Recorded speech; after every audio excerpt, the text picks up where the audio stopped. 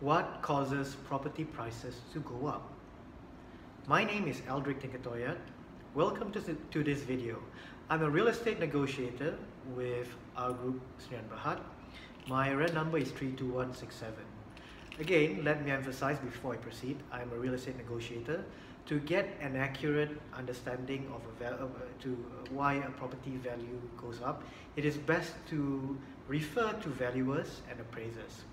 I'm just going to share with you to educate you in general what causes a property price to go up. So there are many factors involved. First is inflation. Inflation, the country's inflation, of course, determines the value of not just property but everything else.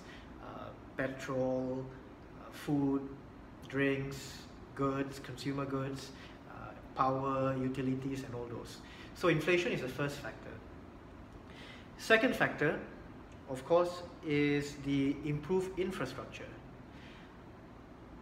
A house built in an isolated area, probably, once upon a time accessible through dirt road, would increase in value if that road has been upgraded, usually, not always, depending on that infrastructure. Again, a house or a property constructed without access to electricity will see slight increase when it is connected to the main power source, the national grid, for example. So the second point, the second factor is improved infrastructure, highway accessibility, water piping, sewage. Okay. The third would be the economic condition of that particular property.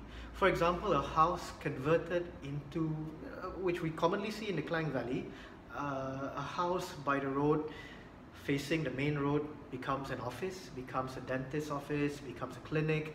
You'll see an increase in property value there.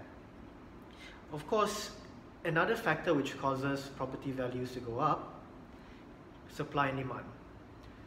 When there is more demand for already a finite number of supply, for instance, in Bangsar or in Montclair, where supply can only be so much, but demand continues to increase, the value of the property may increase, right?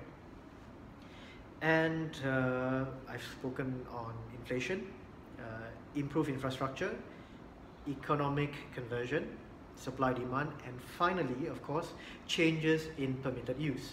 This especially involves land. Land in Malaysia, especially vacant land, have conditions onto which it is alienated to by the state government. So if you're going to the state government, you're a state authority, you're applying for that particular plot of land, the state authority will prescribe what is it for. Normally it will be released as an agricultural land. Then you can convert it from agriculture to to commercial or residential. So the question is, when it's an agricultural land, right? If the condition is that it should be only for the plantation, cultivation of tea. Therefore, if the market for tea, the global market for tea is increasing, the price will increase. If the global demand for tea fell, as we can see with other commodities, many commodities in the last economic cycle, the price of the property will go down. So, likewise, the owner may apply to the state authority to change the conditions of that particular land.